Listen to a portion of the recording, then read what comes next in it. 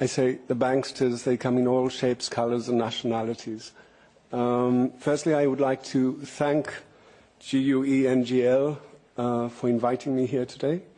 I would also like to thank them for producing this booklet, which not only tells my story, it also refers to the legislation I resigned over and puts my story in the context of other European banks operating out of Dublin.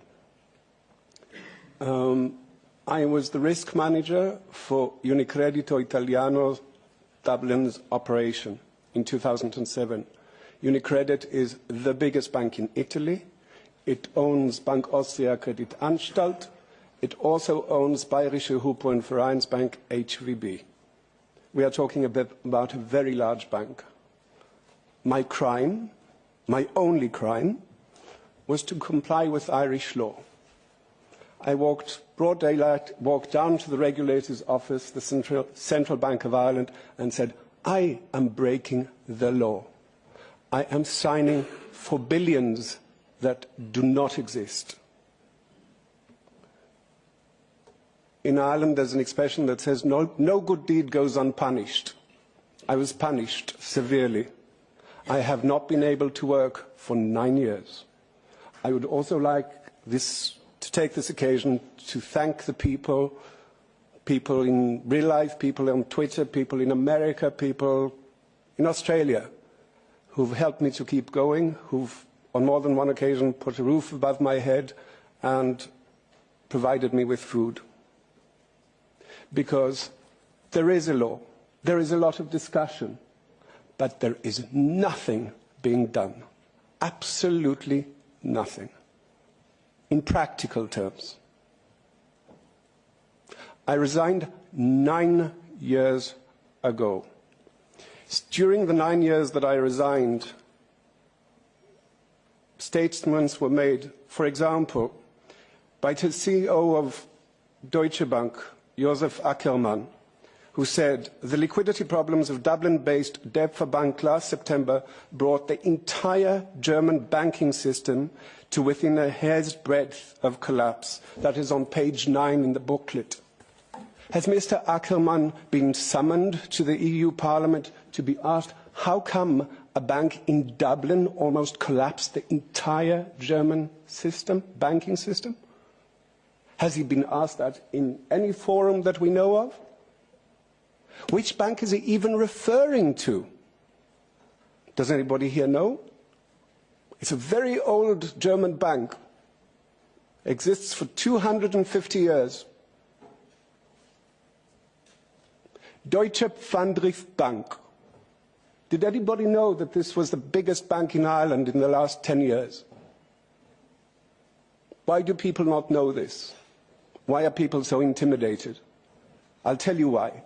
Because they get threatened, like I did, in writing by Unicredit's lawyers, verbally on more than one occasion, and threatened by utter silence. All three biggest political parties in Ireland know of my story. I met with, among others, Richard Bruton, who's a minister in the current government. He responded, we met at my solicitor's office in Dublin. He responded by saying that he would be in touch with the regulator. Nothing was heard from him ever again.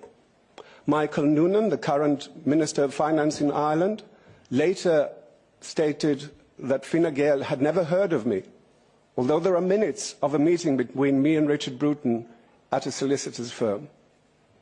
Joan Burton, who later became Deputy Prime Minister of Ireland, met me in person, raised my issue in the Irish Parliament, but never said a word once she came to power. So the silence is what is working against us. The lack of cooperation is also working against us. Mr. Molindo earlier referred to LGT Bank. How many people here today know what happened of LGT Bank in Germany? How many people among the Dutch people know that after you bailed out a failed bank called ABN AMRO, it went on to buy LGT Bank, belonging to the Duke of Liechtenstein in Bavaria? So a bailed out Dutch bank goes and buys a private bank in Bavaria? How many people in Holland know about this? Why?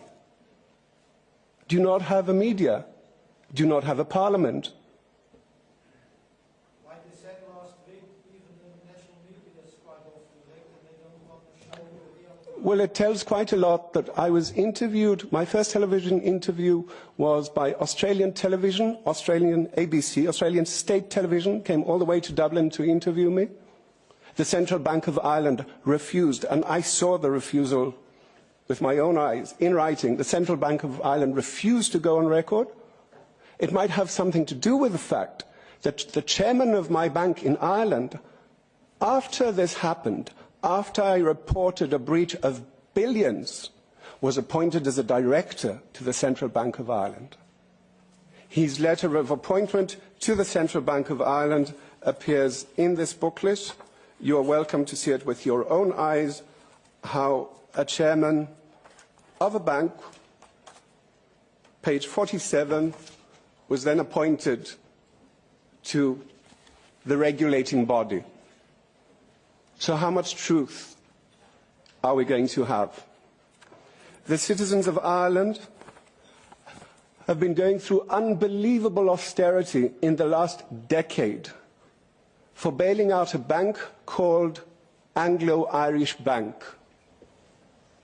Most people in Ireland never had anything to do with Anglo-Irish Bank. In the same way that most people in Ireland, and probably Germany, had never heard of Deutsche Pfandbriefbank, which Josef Ackermann was referring to. Now, if you take a glance at who were the bondholders of Anglo-Irish Bank, this is on page 54, you will see some quite well-known names like Allianz Global Investors, I'm sure you're familiar with that name, Barclays Wealth Management, BBVA Asset Management, BNP Paribas, EFG Bank, EFG, associated to Mr. Latsis of Greece, Rothschild, and here we have KBC. We're in Belgium. I'm sure you're well aware of KBC. I made a reference to KBC when I was interviewed on Belgian state television, and I referred to the terms and conditions with which KBC Ireland gave me upwards of €700,000, and I will repeat it today. It was Mickey Mouse banking. Rudi Franks, who presented the program on VRT television, rang me the next day. You know, KBC is very angry. How can we say this? I said, you ring KBC in Dublin and ask to see the phones, which I signed. And it is Mickey Mouse. But as long as the balance sheets were growing back here in Belgium, as long as the bonuses were being paid out for so-called success in Ireland, there were no questions asked. Going back to my case, and again, it's a question of silence, it's a question of law. My issue was first raised on the 23rd of February in the Irish Senate by Senator David Norris. He asked Finance Minister Brian Lenihan for answers about the events that brought to my resignation from UniCredit in Ireland. In his response, Brian Lenihan, Minister of Finance for Ireland, said that the Central Bank of Ireland cooperates with, sorry, this is in Appendix E, for those of you who are brave enough to go that far. Central Bank of Ireland cooperates with other central banks throughout the European This is what he actually said. The financial regulator maintains close communication with the regulators of other member states for this purpose. Credit institutions are obliged to report weekly to the financial regulator on their liquidity requirements. All credit institutions are also obliged to be in compliance with the requirements on an ongoing basis. That means every minute of the day. That means you don't fall billions of euros short. Just like that. But the question is, when Brian Lenihan said the Central Bank of Ireland is cooperating, can anybody confirm that the Central Bank of Ireland actually informed Banca d'Italia, the Central Bank of Italy, that the biggest bank in Italy had a petulant child in Ireland that didn't know how much money it has? Now, it's very simple. All you have to do is ask UniCredit headquarters in Milano, or ask the governor of Banca d'Italia about did he know what his child in Ireland was doing. The governor of Banca d'Italia at that time was a Mr. Mario Draghi. I'm sure Mario Draghi can be found and asked. Likewise, Anglo-Irish had a subsidiary in Vienna. Anglo-Irish collapsed. The subsidiary in Vienna was sold to a private Swiss family just before its collapse. That bank has been renamed twice. It's now called Wiener Privatbank. There is a lot of cooperation that is required. There is much to be done. There is no point in making more laws if the ones that exist are not enforced. Thank you very much.